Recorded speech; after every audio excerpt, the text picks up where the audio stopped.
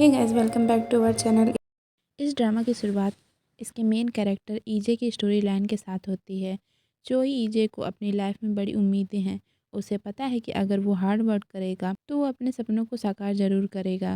वो एक साधारण बैकग्राउंड से आता है जिसकी माँ एक क्लीनर के रूप में काम करती है और जब वो 5 साल का था तो उसके पिता इस दुनिया से चले गए थे।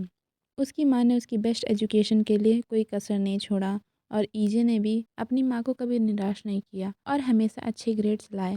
ग्रेजुएशन के टाइम उसे एक रेप्यूटेड फर्म ताइकैंग में इंटरव्यू देने का मौका मिला। उसे उम्मीद थी कि वो इस जॉब को सिक्योर ज़रूर करेगा और फाइनली एक अच्छी लाइफ जिएगा जिससे कि उसने हमेशा से सपना देखा था। इंटरव्यू देने जा रहा था, वहाँ उसकी गर्लफ्रेंड का फ़ोन आता है जो उसे बेस्ट विशेस देती है। उसके बाद रोड क्रॉसिंग करते समय एक आदमी उसे धक्का देते हुए ट्रैफिक के सामने जाकर सुसाइड कर लेता है और उसकी बॉडी गाड़ी से भिड़कर ईजे के पास आकर गिरती है।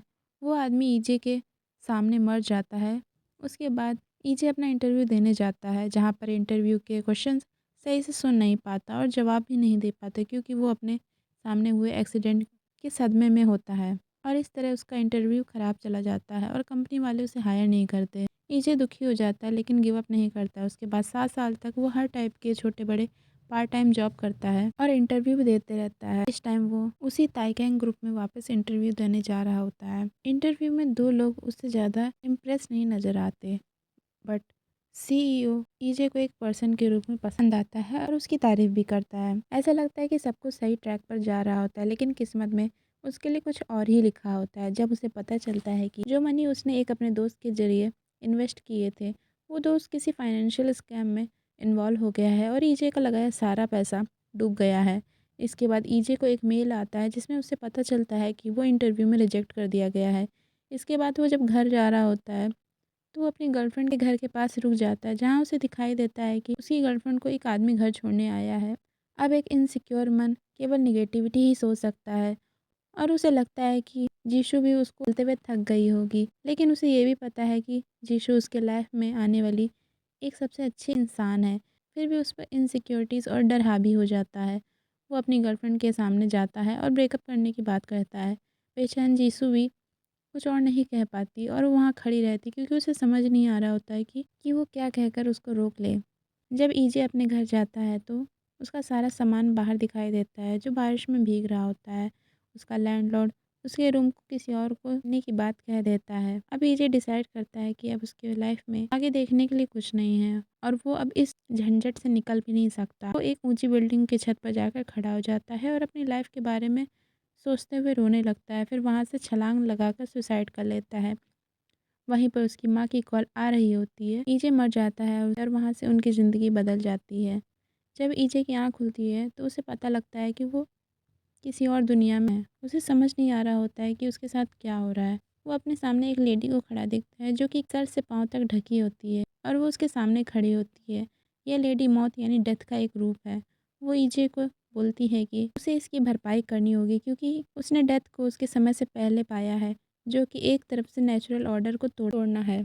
ईजे ने सेल्फलेसली एक्ट किया है और कूदने से पहले उसने एक बार भी रियलाइज़ नहीं किया कि उन लोगों का क्या होगा जो उस दुनिया में हर चीज़ से ज़्यादा उसे प्यार करते थे। उसे उस समय केवल अपने स्ट्रगल के बारे में ही दिख रहा था। उसे लग रहा था कि भले ही वो जहन्नुम चला जाएगा लेकिन इस मिसरेबल सिचुएशन का सामना ना करना पड़े। लेकिन डेथ उसे बताती है कि लोग केवल तब तक जहन्नुम जाने की बात करते हैं जब जब तक उन लोगों ने असली जहन्नुम ना देख लिया हो। वो ईजे को बताती है कि वो ईजे के साथ एक गेम खेलेगी, उसे सब कुछ सही करने का मौका भी देगी। इस गेम में ईजे 12 बार अलग अलग इंसान की बॉडी में रीइंकार्ट होगा जो कि मरने वाली सिचुएशन में है। सिर्फ एक तरीका खोजना है जिससे कि वो उस डेंजर से खुद को बचा सके। तो बताती है कि अगर वो उनमें से किसी एक बॉडी में भी सर्वाइव कर लेगा तो उसे उस पर्सन की बॉडी में जीने का मौका मिलेगा। लेकिन अगर ऐसा नहीं होता है ये साइकिल बार बार रिपीट होगा जब तक कि उसकी 12वीं लाइफ ना आ जाए। अगर 12 लाइफ तक वह सर्वाइव नहीं करता तो उसे हेल भेज दिया जाएगा। डेथ उसे हेल के कुछ ग्लिम्स दिखाती है जहाँ ईजे को रियलाइज़ होता है कि वो ऐसी जगह पर जाना बिल्कुल नहीं चाहेगा। उसे वहाँ पर मॉन्स्टर्स की स्क्रीम्स दिखाई देती है और वो डर जाता है पर डेथ इस गेम को जीतने का ठान लेता है। उसके बाद जब डेथ ईजे को माथे पर गोली मारती है तो वो अपने आप को अपने पहले रीइंकार्नेटेड बॉडी में पाता है। वो देखता है कि वो एक लग्जरी प्राइवेट जेट में है वो जेट एक हवाई आंधी में फंस जाती है, लेकिन बाद में उससे निकल भी जाती है। बाद में प्राइवेट जेट के बेडरूम में जाता है, वहाँ पर एक शाइनिंग स्टोन उसके सामने नज़र आता है। वो ईजे के अंदर चला जाता है। ईजे को पता चलता है कि ये पर्सन पार्क जिनताए है, जो कि ताइकेन ग्रुप CEO का दूसरा बेटा है। ये एक रईस और अमीर लाइफ में जिया हुआ पर्सन है, बट जिनताए की लाइफ कॉम्पिटिटिव भी रही है, खासकर उसके बड़े भाई के साथ। उसके बड़े भाई के बदले ग्रुप का सक्सेसर चुना जाता है। ये वही कंपनी होती है जहाँ पर ईजे जॉब के लिए अप्लाई कर रहा होता है।